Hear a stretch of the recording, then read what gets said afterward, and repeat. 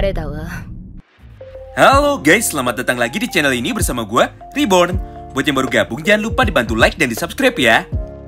Pada video kali ini, kami akan kembali menjelaskan dan juga menceritakan mengenai jalannya alur cerita lengkap dari manga spin-off Tokyo Revengers yang berjudul Letter from Baji atau Surat dari Baji chapter yang ke-13.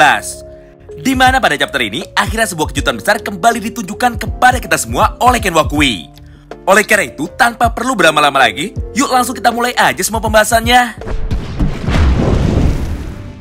Manga Letter from Baji chapter yang ke-13 dibuka dengan sebuah panel cerita yang luar biasa menarik. Karena pada momen inilah, Baji pun akhirnya mampu datang tepat waktu ke lokasi markas Genjutsu Kaidan untuk menyelamatkan dan juga membebaskan kedua orang sahabatnya, yaitu Chifuyu Matsuno dan juga Ryusei Sato. Melihat hal itu, tentu saja semua orang yang ada di medan tempur tersebut seketika menjadi panik serta bertanya di dalam hatinya, "Hah? Kenapa Keisuke Baji bisa tahu lokasi ini?" Namun di tengah ketegangan itu, tiba-tiba saja pandangan Chifuyu langsung tertuju kepada dua orang anak buahnya yang sedang berdiri jauh di belakang Baji, yaitu Sasaki dan Takeuchi. Nah, di momen inilah seketika Chifuyu baru sadar bahwa kemungkinan besar mereka berdua lah yang berjasa untuk mencari Baji, serta memberitahu kepadanya bahwa saat ini Chifuyu sedang dalam keadaan bahaya. Di sisi lain, Baji yang baru datang pun dengan cermat langsung mengamati mengenai apa saja yang sebenarnya sedang terjadi dengan cara melihat ke sekelilingnya. Mulai dari menyaksikan Chifuyu Matsuno yang kepalanya sudah banyak berlumuran darah, kemudian melihat Ryusei Sato yang tubuhnya masih terikat dengan luka yang sangat parah, sampai dengan melihat sosok yang sangat tidak asing lagi bagi dirinya, sekaligus orang yang bertanggung jawab atas terjadinya semua tragedi berdarah ini. Siapa lagi kalau bukan Hisshi Kojiro? Namun ekspresi yang sebaliknya justru ditunjukkan oleh Kojiro, di mana pada panel berikutnya, sambil tersenyum licik, dia pun mulai berkata kepada Baji, "Senang bertemu lagi denganmu kawan lama, tapi jujur aku benar-benar tidak menyangka bahwa kau berani datang seorang diri ke markas kami, tanpa membawa satu pun orang temanmu yang ada di dalam geng Toman." Hal yang serupa pun diucapkan juga oleh Baji kepada Kojiro. "Haha, begitu pula denganmu. Nampaknya setelah beberapa tahun berlalu, sikap dan juga kebiasaanmu sama sekali tidak berubah. Dan kau masih saja suka menculik serta menyiksa orang lain sama seperti berandalan sampah." Tidak hanya itu, pada panel berikutnya dengan lantang Baji pun mulai berkata kepada Chifuyu Matsuno, "Woi Chifuyu, aku mohon tolong jaga dan selamatkan Ryusei serta semua teman-temanmu yang lain. Lalu pergilah dari lokasi ini secepat mungkin. Untuk sementara biar akulah yang akan bertarung melawan Kojiro seorang diri." Mendengar semua ucapan Baji tersebut, Chifuyu pun malah tampak terdiam kaku sambil berkata di dalam hatinya, "Hah? Apa aku tidak salah lihat? Ternyata Baji dan juga Kojiro sudah saling kenal sejak lama." Hingga setelah beberapa saat berlalu, Chifuyu pun akhirnya baru mengerti dan dia pun langsung berteriak menjawab semua ucapan Baji barusan dengan sangat keras sekali. "Baiklah, serahkan semuanya kepadaku." Tapi sayangnya sebuah bencana besar malah kembali terjadi, di mana pada momen berikutnya, tanpa banyak basa-basi, Kojiro pun langsung melesat dengan cepat menuju ke arah Baji, serta langsung melayangkan satu tebasan pisaunya ke arah wajah Baji dengan niat untuk membunuhnya. Beruntung pada panel ini Baji mampu merespon dengan cepat, sehingga dia pun mampu menghindar tepat waktu. Walaupun wajahnya harus terluka dan juga berdarah, karena terkena tebasan dari sebuah senjata karambit yang saat itu digunakan oleh Kojiro. Tidak hanya itu, pada satu momen yang sama ini, Kojiro pun langsung berkata kepada Baji, "Haha, kalau begitu mari kita lanjutkan pertarungan kita sebelumnya yang sempat tertunda." Melihat Baji yang sedang dalam keadaan terpojok, Chifuyu pun seketika malah semakin emosi, hingga dia pun langsung berteriak kepada Kojiro, "Woi sialan, kenapa kau selalu bertarung menggunakan senjata yang berbahaya?" Nah, tepat di momen inilah, kedua teman dari Chifuyu akhirnya langsung datang ke arahnya untuk segera menyelamatkan Chifuyu serta melepaskan ikatan tali yang ada di tubuhnya, supaya Chifuyu mampu bergerak lagi demi membantu Keisuke Baji untuk menyelamatkan Ryusei Sato. Scene pun kini berpindah. Setelah berhasil lepas dari ikatannya, Chifuyu pun dengan cepat langsung memberi perintah kepada Sasaki, Takeuchi, dan juga Yoshida untuk segera pergi menyelamatkan diri dan pergi dari lokasi ini. Karena mulai sekarang pertarungan yang sedang terjadi di antara mereka akan menjadi semakin panas. Apalagi faktanya seluruh anggota geng Yotsuda Kaidan tidak akan ragu untuk menyerang, melukai, serta membunuh orang lain.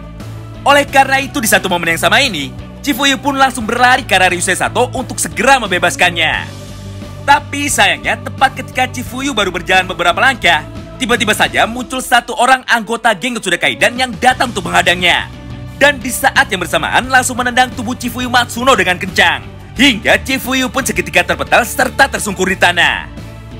Di momen inilah anggota berkumis dari geng Yotsuda Kaidan yang barusan menendang Chifuyu seketika langsung berkata, "Woi, aku tidak akan membiarkanmu bertindak sesuka hati. Padahal sebelumnya kau sudah diberikan sebuah pilihan untuk bisa pergi dengan tenang dari lokasi ini. Tapi kau malah memilih untuk tetap tinggal dan mencari masalah dengan geng kami. Asal kau tahu saja, ketika Kojiro sudah bertarung menggunakan senjata, maka tidak ada satupun orang yang bisa mengalahkannya." Namun nampaknya Chifuyu sama sekali tidak mau mendengar serta tidak peduli dengan semua ucapan pria berkumis lele ini. Hingga pada berikutnya, tanpa banyak basa-basi, Chifuyu pun langsung melancarkan satu tendangan superior ke arah perut berandalan itu, sampai membuat dia tumbang dan pingsan saat itu juga. Nah, pada satu momen yang sama inilah, akhirnya Chifuyu mulai berteriak dengan kencang kepada semua orang yang ada di medan tempur. "Woi, brengsek kalian semua! Aku sendiri juga sudah tahu, jika aku bisa pergi dan kabur dengan mudah tanpa perlu bertarung serta terluka akibat melawan kalian. Tapi asal kalian tahu, Chifuyu Matsuno tidak akan pernah pergi meninggalkan sahabatnya." Wow, gila banget ya. Semua ucapan dari Chifuyu tersebut seketika mengingatkan kami kepada hubungan persahabatan antara dia dengan Takemichi yang ada di masa depan. Di mana pada semua garis waktu, Chifuyu lah satu-satunya orang yang selalu ada untuk Takemichi. Ditambah Chifuyu lah satu-satunya orang yang memiliki semua ingatan masa lalu mengenai apa saja yang pernah dialami oleh Takemichi pada semua garis waktu. Scene pun kembali berpindah. Setelah mendengar teriakan kemarahan dari Chifuyu tersebut, tiba-tiba saja sebuah kejutan besar kembali terjadi di hadapan kita semua. Di mana pada momen berikutnya, nampak seorang pria misterius yang muncul dari arah belakang dan langsung mengajar kepala Chifuyu Matsuno menggunakan pukulan tangan kanannya. Akibatnya, Chifuyu yang tidak siap pun seketika langsung tersungkur di tanah tanpa bisa memberikan perlawanan yang berarti. Pada awalnya, Chifuyu terlihat kebingungan dan juga penasaran. Siapakah orang yang mampu mengajarnya tanpa bisa dia sadari? Namun setelah dirinya menoleh ke belakang, barulah Chifuyu terkejut bahwa ternyata orang yang barusan mengajarnya tidak lain dan tidak bukan adalah orang yang selama ini ingin diselamatkan oleh Chifuyu Matsuno, yaitu Ryusei Sato. Melihat hal itu, tentu saja Chifuyu menjadi heran hingga dia pun mulai bertanya kepada Ryusei. "Hah? Apa yang kau lakukan, bodoh? Dan apa maksud dari semua ini? Kenapa tiba-tiba kau malah menghajarku?" Mendengar semua hal itu, Ryusei pun dengan cepat langsung menjawabnya. "Chifuyu, kau ini sama sekali tidak mengerti apa-apa. Padahal sebelumnya aku sudah menjelaskan kepadamu bahwa aku adalah bagian dari geng Yotsuda Kaidan. Oleh karena itu, saat ini akan aku tegaskan satu kali lagi. Aku Ryusei Sato, Kapten Divisi Tempur Legendaris Kamikaze dari geng Yotsuda Kaidan. Dan mulai hari ini, aku adalah musuh dari geng Toman." Nah, menariknya, pada satu momen yang sama ini, ternyata pertarungan antara Baji melawan Kojiro masih tetap terus berlanjut.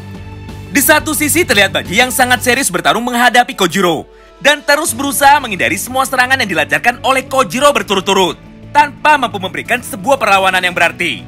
Karena faktanya, tangan kiri dari Baji belum dapat digunakan dengan sempurna untuk menghajar Kojiro akibat cedera patah tulang yang pada saat itu belum sembuh total. Sedangkan di sisi lain, nampak Kojiro yang bertarung sambil bermain-main dengan Baji. Bahkan di momen itu, Kojiro pun nampak tertawa dan juga tersenyum ketika melihat Baji kesulitan. Hingga tepat setelah mereka berdua mendengar semua perkataan yang diucapkan oleh Ryusei barusan, barulah Kojiro mau menghentikan serangannya dan berkata kepada Baji, "Ingatlah Baji, sebentar lagi Toman akan musnah. Dan itu adalah keputusan dari Ryusei Sato. Karena setelah Ryusei pergi meninggalkan Toman, maka kekuatan tempur kami saat ini sudah lengkap." Mendengar perkataan dari Kojiro, Baji pun langsung meresponnya. "Jadi mulai saat ini kau ingin mendeklarasikan perang melawan geng Toman? Itu kan maksudmu?"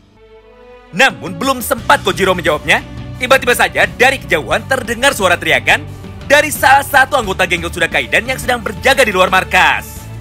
"Woi, ayo cepat bubar. Saat ini polisi sedang dalam perjalanan menuju ke lokasi kita."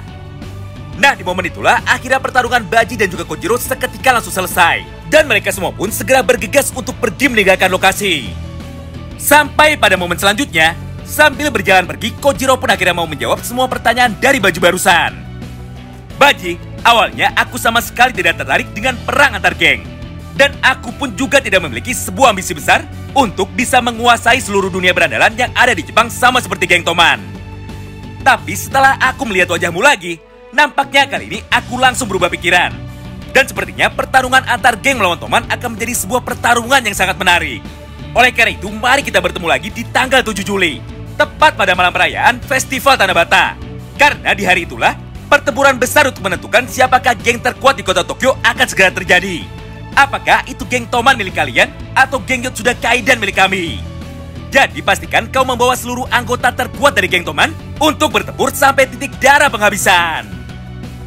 Dan di saat yang bersamaan, Kojiro pun seketika langsung melangkah pergi untuk meninggalkan lokasi itu dengan ditemani oleh Ryusei Sato yang ada di sampingnya. Nah, itulah semua isi alur cerita lengkap dari manga Baku Hantam Tokyo Revengers chapter yang ke-13. Walaupun formatnya hanya spin-off alias cerita sampingan, namun ternyata banyak sekali hal menarik yang layak untuk kita bahas.